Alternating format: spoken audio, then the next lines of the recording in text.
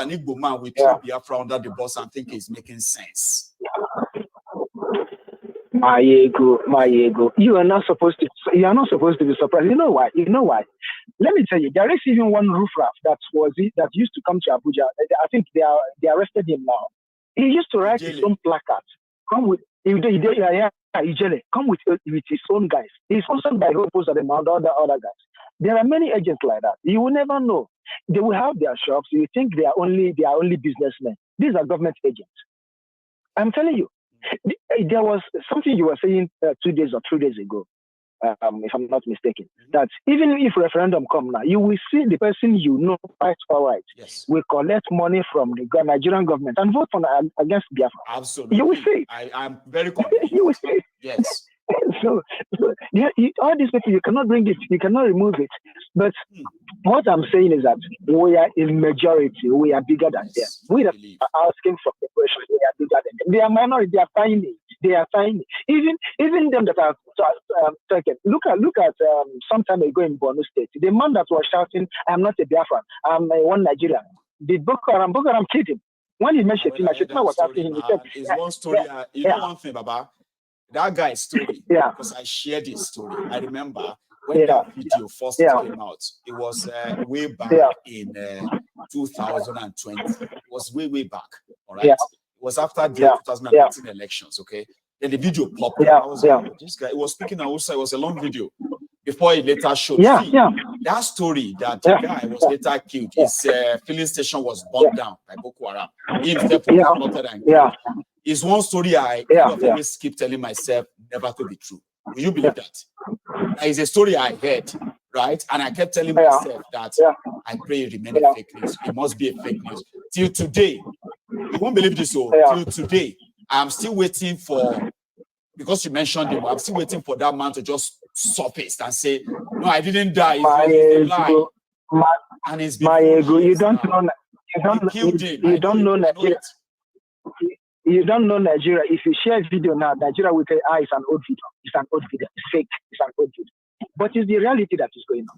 Nigeria is a place. When they killed him, I was praying that made the news not be true. May it be fake news. This is the 4th year. I am still waiting for it to be fake news. He's dead. Never. He will never come out. He's dead.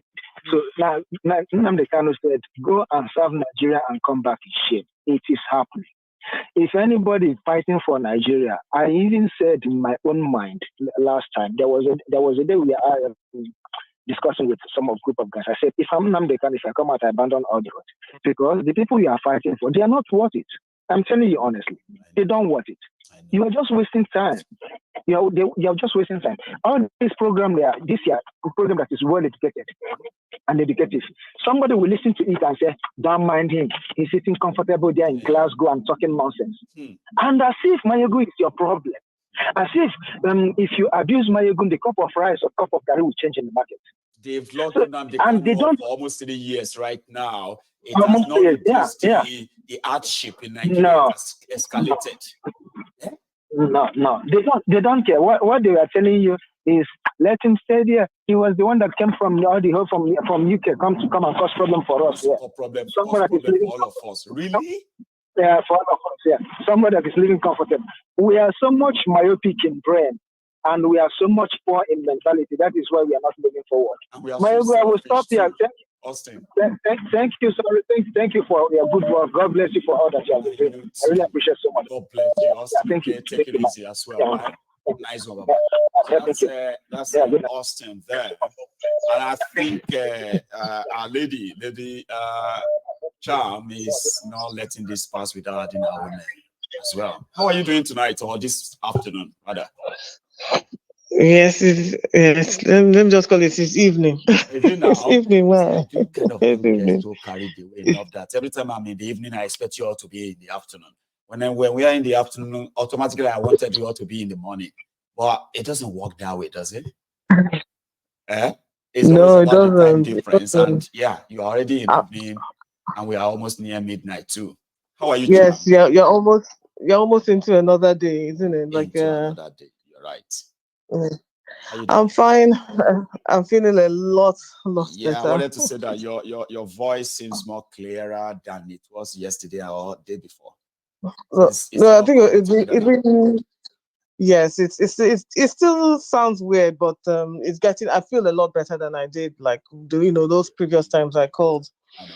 I think one of the last times I called, after talking to you, I was like wiped out. So I had to go and have a proper lie down. I know. Yeah, so but I've been following the show. I hate talking. I've been following the talks that you've been giving this past few couple of days. So I want to, so that other people can call in. Sure. Now I want to start with the abducted children and the governor of Borno State. Just to add in my own 2 cents with regards to that whole situation. Somewhere inside of me, I don't know why, I don't believe that those children are abducted. I don't know why, but that's the way I feel. But even if they were, I could be totally wrong, but even if they were abducted, I feel that some other things have gone on in the background which they are unwilling to give us that information. And again, for children who have been abducted, those children seemed in very good spirits. I don't know, the girl who they had elected to speak, the one who said she wanted to become a doctor, she was smiling, she was happy, and I'm thinking to myself, if you were away from your parents for 16 days with murderous terrorists, I'm not quite sure why your 32 is out there. Why you are smiling and why you are happy, or is it because you have a microphone in front of you and the limelight is on you and then you are smiling the way you're smiling? I feel like if you know people who have been traumatized, even if the trauma went on for 1 hour, right? There's a shift even in their psyche, in their psychology, even the way they behave, right? It's not, you have to show that you can be you don't shake that off easily, like spending you don't shake that off days, easily, or 15 days when you spend about 14 15 days with terrorists inside in a place where no one could locate you and things like that, and you spend that amount of time without your parents, without family, and you only had your mates to who were in your company, and then you had a teacher who they claim was killed and things like that, and you still have the disposition to smile and think, and laugh and stuff like that. So because I don't know, a lot of us might know people who have been traumatized, even children, right, who have been traumatized. Say even your child, maybe they fell and then they got up. You can see there's a shift in the way they behave. There's a fear in letting that kind of thing happen, and then not to talk of when you've been abducted by terrorists and things like that. So, and then the fact that obviously the Borno State governor didn't want to give out information about whether or not. Oh, Kaduna. Okay, Kaduna. Sorry, the Kaduna State governor didn't want to give out information regarding whether or not. It's not just that they want to give us. It's not just that it's not giving info. He becomes agitated for you asking questions. That's even what makes it more suspicious. You get? Yes, but again, that speaks to that speaks to what you've always been saying regarding these governors not even understanding their role, because there's the Freedom of Information Act. We are entitled to ask those questions, and you have to give us those answers. We're not asking you because we want to make life difficult for you. You are required to share that information because it informs us as to whatever it is. Either the absence of governance and where corruption is. It informs so many things, right? So you can't say, let's just be happy the children are here. No. Yes, we are grateful that the children are here, but we still need to know exactly what went down. And like a lot of people have pointed out, guy that when the Access guy died on his way to Las Vegas in that chopper. Yes. And then the day after, I think it was like 24 hours after, or less than 24 hours after, the fire department of that area came out to give their preliminary report, which is the first set of info of what happened. Yes. Before they will now give detailed report. In Nigeria, children were kidnapped. There is nobody that can say they have report of how those children were kidnapped in the past. What went wrong? Okay, what should be done? Nothing. Don't ask any question. The money is taken already. Let's just be grateful and move on. How? And these are the things. But you ask all these questions because you live in a sane society. Yeah. You live in a society that wants to use all of that information to make sure that it doesn't happen again. Like you said, the question is, how were those children? 100 and they said 137 of them. Previously, they said it was 237. We don't really even exactly. That was what they said initially. We don't even know how many kids actually were taken out of that state. Now, if you notice when they were taking those children to all of those places where they were having those reporters and stuff like that, they were busing them. So it wasn't as if they couldn't have walked 137 children away. So that means there's some kind of infrastructure around even this kidnapping of those kind of number of people.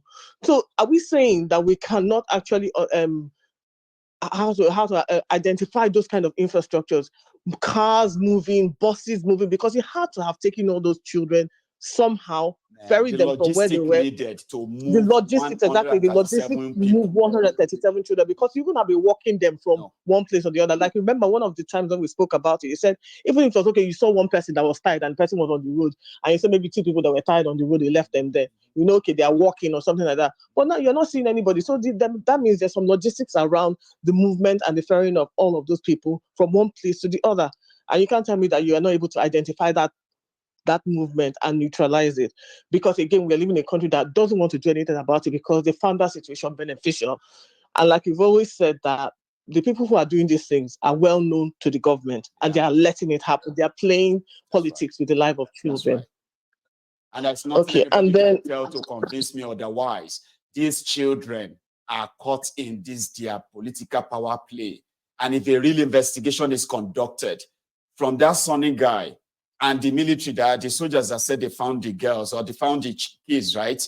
They will be in jail, life in jail. Absolutely. Right now, a real investigation is conducted, though, but it's never going to happen.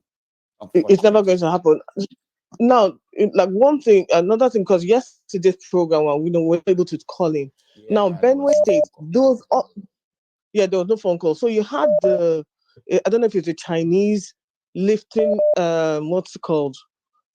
We don't know what we don't know what we have no clue from a clue. We have no clue. Exactly. And they say it's a regular thing. So it's a regular thing. So this is something that's been ongoing for a while. My ego. I don't know what is going on. I don't know if it is the society that we have today have produced. I'm sorry to say, and I don't really mean to offend anybody, whether we have produced weak individuals.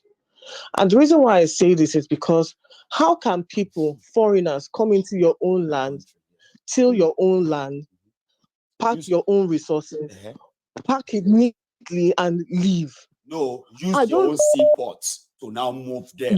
And there is no catch. There's nobody standing and saying, there's nobody. We've stopped this. Really?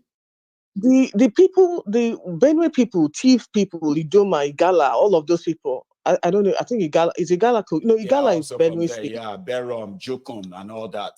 Birom, exactly. Birom, all of these people. When I was in school in Plateau State, right? They talked about them as fierce people. Warrior-like people. Even, do you understand? You don't mess with them. So I don't understand what is happening now. That you people cannot stop these foreigners and say, "What are you taking?" Have some kind of agitate. This is our land. This is our resources. This is our place. Whether or not you had the authority of the governor, we don't have the authority of the people. The people are acting like they are. How will I put it? They are very passive. I don't know if you sense that. Well, all you can do is right. You are right. Like, people are more passive, and mostly, like you said also, right? Maybe we have more weak people or weak men now than then. Okay, because back then they would probably have raised some questions, and if they don't get an answer, they would have raised some dust that could have also triggered other people to react, and we would have known what caused the problem, why the fight, and they would say, "Oh yeah, it's because of so and so."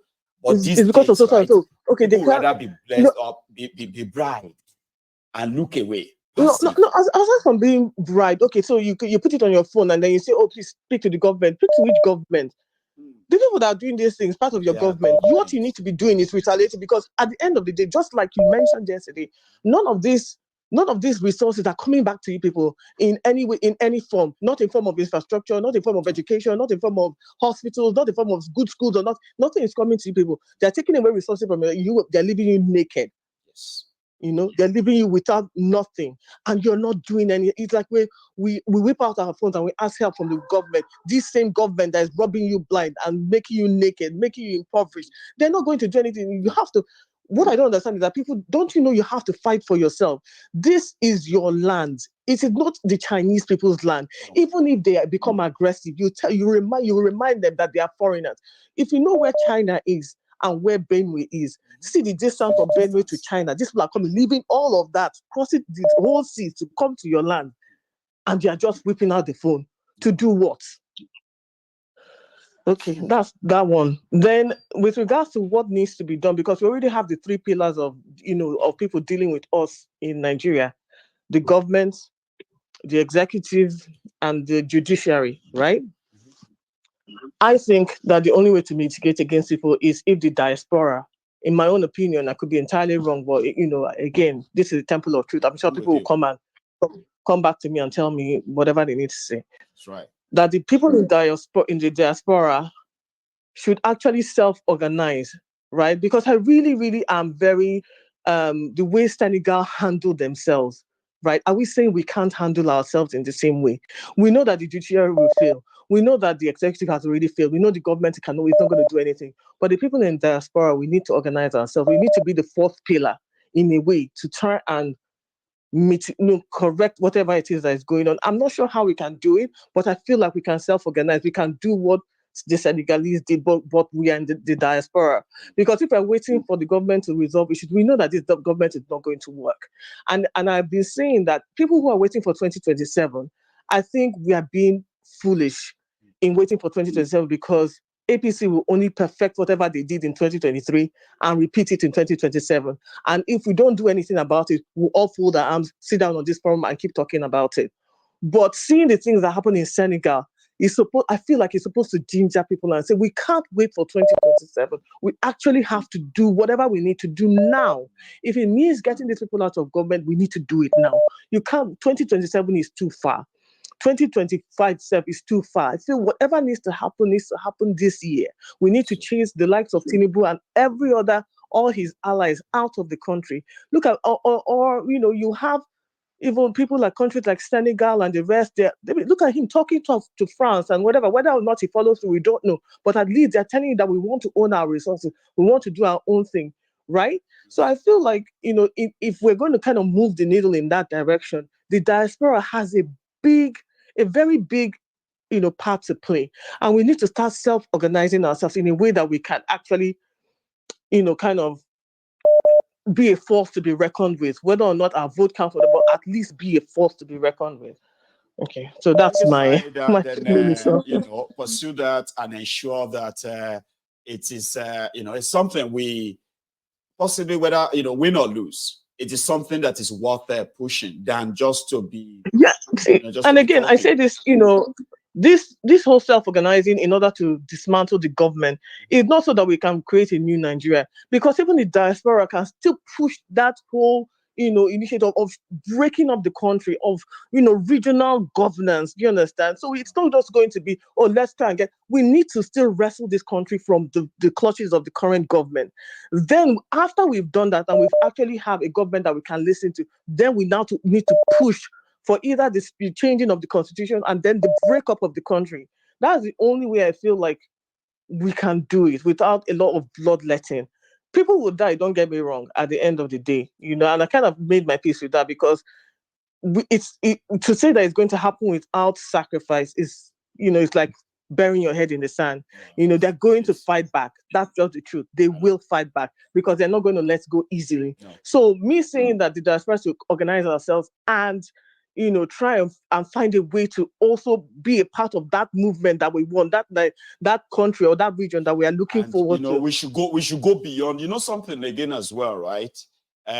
All of us would have to also know that we will need to go beyond what our money can do. a lot of us will have to throw ourselves into the ring, okay? Whereby we actually have to be at the forefront. Not all of us, but there are people who have these callings that can actually be the reps, the faces, the voices that we want, okay? We saw what you saw in Senegal, the Sonko guys, the Fire guys, and all of their own team of diasporans that returned back to their country. They didn't just return, okay? They call yourselves together, organize, set some level of a movement, collaboration, networking, and all of that. The diasporas can meet and build this network. And one of these days, all of that could be put behind somebody or a group of people of like minds. So yeah, a post like that is possible, I believe.